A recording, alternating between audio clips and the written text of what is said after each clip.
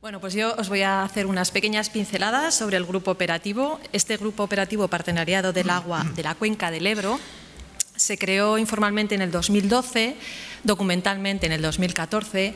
Aquí hay varios de los que promovieron la formación de este grupo operativo. Estaban Riegos del Alto Aragón, estaban las comunidades de regantes del Ebro, de todo el Ebro, estaba Enrique Playán, estaba el colegio, estaba Rosendo. Y bueno, el grupo operativo se constituyó como tal en 2016 y en 2018 empezamos actividades ya encaminadas a resolver problemas concretos a través de proyectos que han sido financiados por el Plan de Desarrollo Regional del Gobierno de Aragón. Claro, al ser financiados por los planes de desarrollo regional, pues los beneficiarios que participaban pues se restringían a los de la Comunidad Autónoma de Aragón, aunque, como digo, el grupo operativo estaba integrado por actores relacionados con el agua de toda la cuenca del Ebro. En 2018 empezamos un primer proyecto que acabó en el 2020 y tuvo una continuación que ahora mismo estamos llevando adelante. ¿Quién forma parte de este grupo operativo, de este proyecto de grupo operativo? Pues hay asociaciones profesionales, está el Colegio de Ingenieros Agrónomos de Aragón, Navarra y País Vasco, el Colegio Oficial también de Ingenieros Técnicos Agrícolas de Aragón, está la Asociación Nacional de Periodistas Agroalimentarios, también tenemos asociaciones agrarias, está UAGA, tenemos asociaciones de regantes, como no, está Riegos del Alto Aragón y la comunidad de usuarios del Canal Imperial de Aragón. Y hay centros de investigación y universidades. Está la Universidad de Zaragoza, está el Centro de Investigación y Tecnología Agroalimentaria de Aragón y la Estación Experimental de Auladey del CSIC, a la que pertenezco.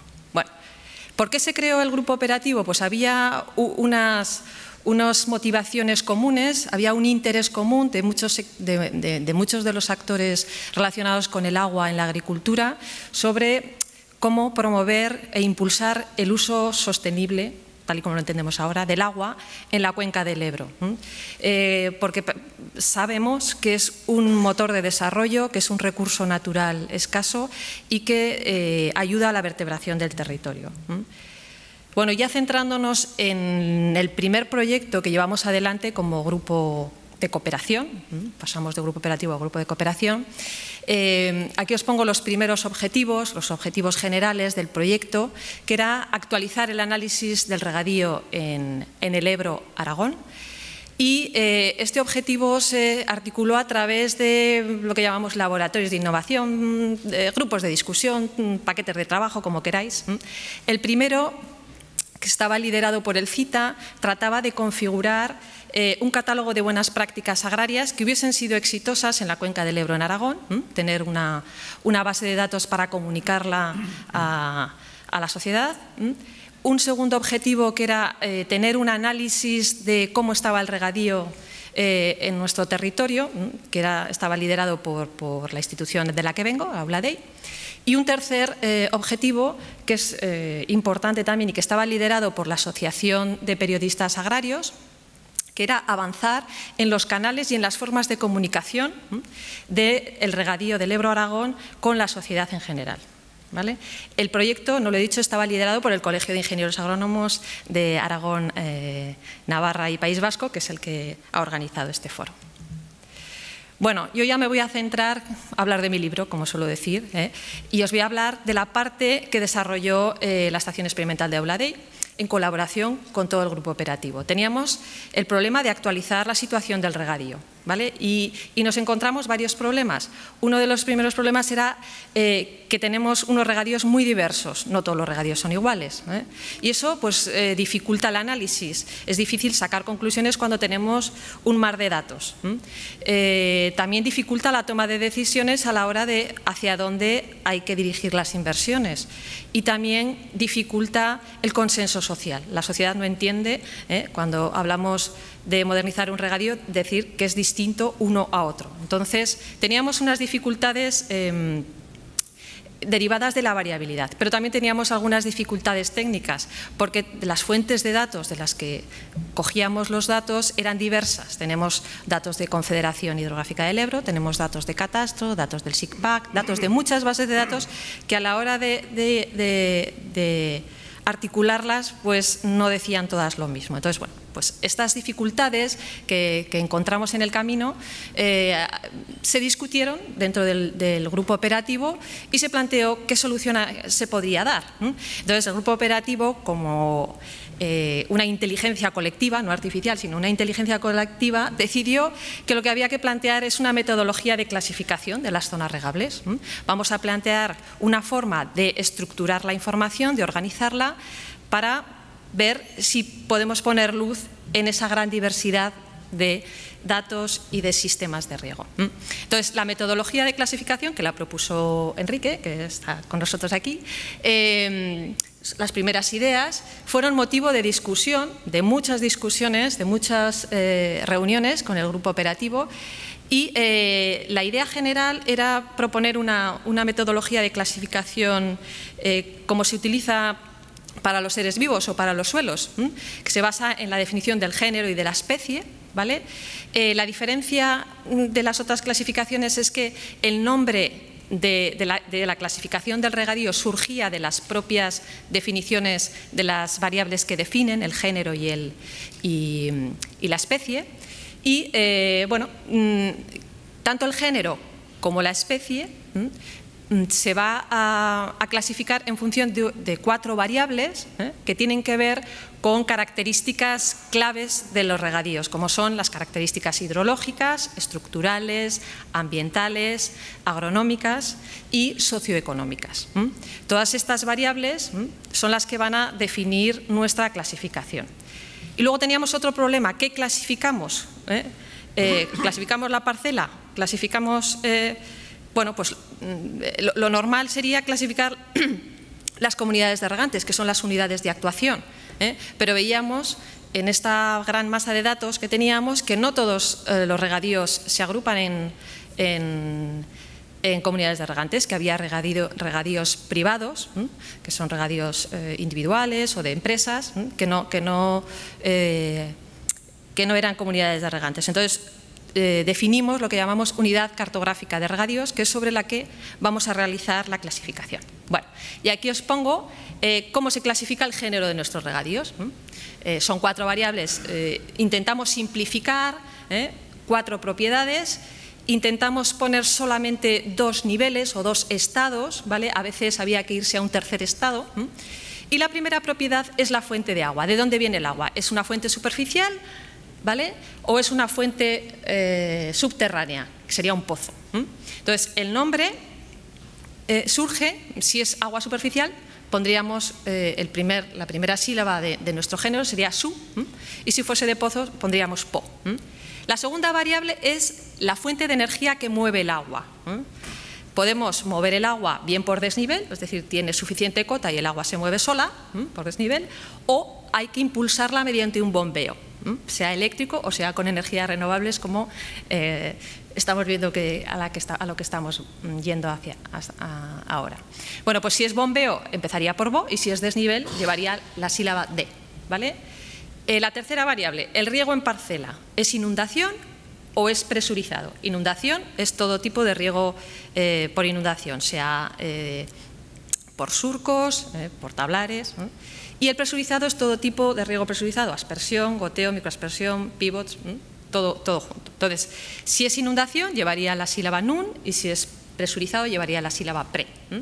Y la cuarta variable es la escasez de agua.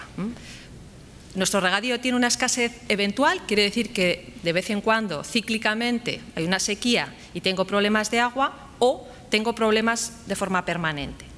Si la escasez es eventual, llevaría la sílaba B, y si es permanente, llevaría la sílaba P.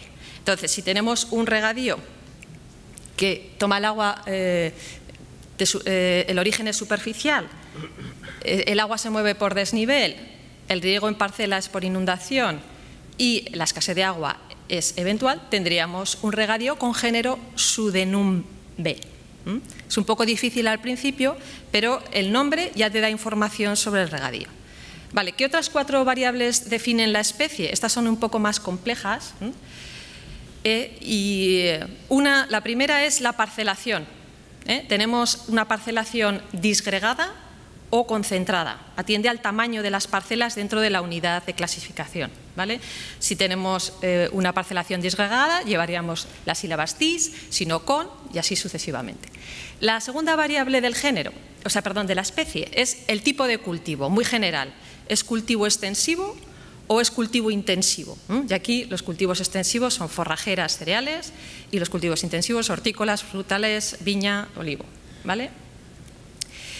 Una tercera propiedad que hace referencia a la característica ambiental del regadío, si tiene alguna figura de protección ambiental, y cuando lo desarrollamos nos fijamos simplemente en la red Natura. En este proyecto nuevo que estamos elaborando estamos yendo un poco más lejos y introduciendo aspectos que tienen que ver con las zonas vulnerables. Bueno, en este caso, como digo, el ambiente, si pertenece a la red Natura, si nuestro regadío tiene parte de su zona incluida en la red Natura, llevaría la sílaba na, y si no, no. Y el aspecto socioeconómico, que es muy importante. El socioeconómico engloba tanto elementos económicos como sociales. Y aquí hicimos una distinción en 3 niveles: pujante, recesiva o moderado, ¿vale? Entonces, si tenemos un regadío con una parcelación disgregada, pues sería dis, con cultivos extensivos C, sin protección ambiental no, y una socioeconomía moderada, pues tendríamos un género discenorre. Si unimos el género anterior a la especie, perdón, que me equivoco, estoy hablando ahora de la especie, tendríamos un regadío Sudenumbe discenomo.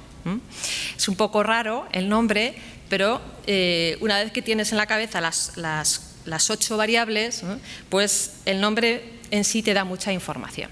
Bueno, ya os he dicho que las propiedades que definen la especie son más heterogéneas y hubo que hacer. Esto se discutió a través del grupo operativo y también se hicieron jornadas abiertas a otros actores también relacionados con el agua en agricultura y se concretaron algunas de las variables y de los niveles. Por ejemplo, una unidad cartográfica de regadío se clasificaba como disgregada cuando más del 60% de su superficie se agrupa en unidades parcelarias inferiores a 5 hectáreas.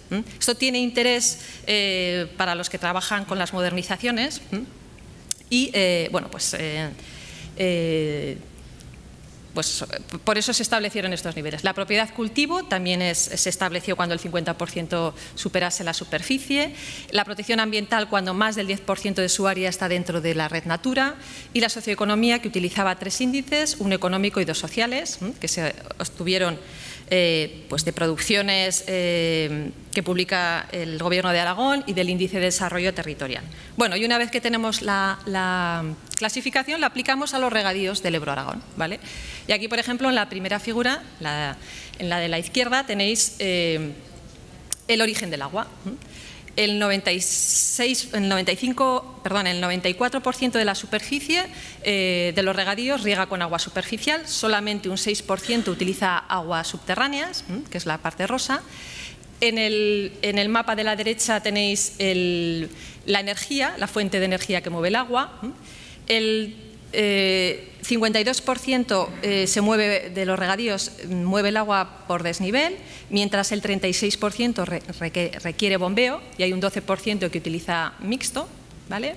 En cuanto al riego a parcela, el 47% de los regadíos se riegan por inundación, el 46% con riego presurizado y luego tenemos algunas unidades cartográficas de regadío mixtas. Y en cuanto a la escasez de agua, el 80% se clasifica como que tienen escasez eventual y solamente el 20% tienen escasez permanente. Bueno, y esto nos da el mapa de géneros de regadío de nuestro territorio. El género mayoritario es el Sudenumbe, riego por inundación, desnivel, con escasez de agua eventual. Y el segundo, el Subopreve, quiere decir agua superficial, bombeo, riego presurizado en parcela y escasez eventual. Vale. Seguimos con la clasificación, entramos en la parte de género. En el tema de la parcelación, es decir que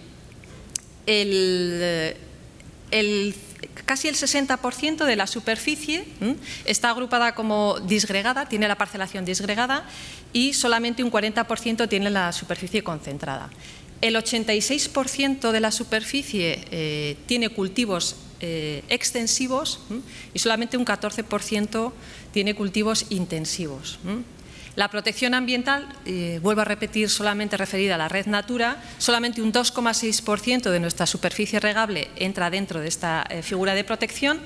Y en cuanto al nivel socioeconómico, pues hay que decir que solamente un 13% tiene una socioeconomía pujante, un 45% es recesiva y un 42% es moderada. Bueno, pues esto también nos da pistas sobre lo que tenemos. Sí. Bueno, y esta es la clasificación final de nuestros regadíos, ¿vale? Donde la especie más numerosa es Sudenum bedisthenorrec, que son regadíos que hemos llamado Ribera del Ebro, porque son típicos, y los segundos son Suboprebe concenomo, que son los regadíos altoaragoneses. Bueno, y como conclusiones de este trabajo, decir que los rasgos que definen nuestros regadíos, algunas fortalezas, pues los recursos hídricos superficiales son suficientes para regar el 94% de la superficie, los problemas de disponibilidad de agua no son excesivamente severos, solo tenemos un 2,6% de zona protegida dentro de la red Natura, y hay un fuerte liderazgo de las comunidades de regantes y de las comunidades generales. El 66% de la superficie de regadío está organizado dentro de estos sistemas y se nota en las características. Y en cuanto a las debilidades, decir que hay una dependencia energética moderada, 36% de la superficie regada necesita bombeo. El desarrollo tecnológico también es moderado, solo el 46% de la superficie tiene riegos presurizados y automatizados, estructura parcelaria muy dispersa, baja diversidad de cultivos, envejecimiento de la población agraria importante y un bajo o moderado nivel socioeconómico, ¿vale? Y ya como para terminar, deciros que en el nuevo proyecto que tenemos en marcha, continuamos con las actividades anteriores, continuamos con la clasificación de regadíos, porque teníamos ahí una superficie perdida que no hemos conseguido identificar, asociar a comunidades de regantes o a regadíos privados que estén documentados. Y continuamos con el análisis de la gobernanza de las comunidades de regantes. Hay muchas comunidades de regantes que tienen problemas de gobernanza, problemas de gestión. Y la parte más importante es la relación de esta clasificación de regadíos con las zonas vulnerables. Y aquí prolongaremos esa clasificación ambiental de los regadíos introduciendo los aspectos que tienen que ver con las zonas vulnerables, analizando qué rasgos del regadío agravan los problemas o los riesgos de contaminación difusa y qué se puede hacer para aliviar estos problemas. Y ya Muchas gracias, Neri.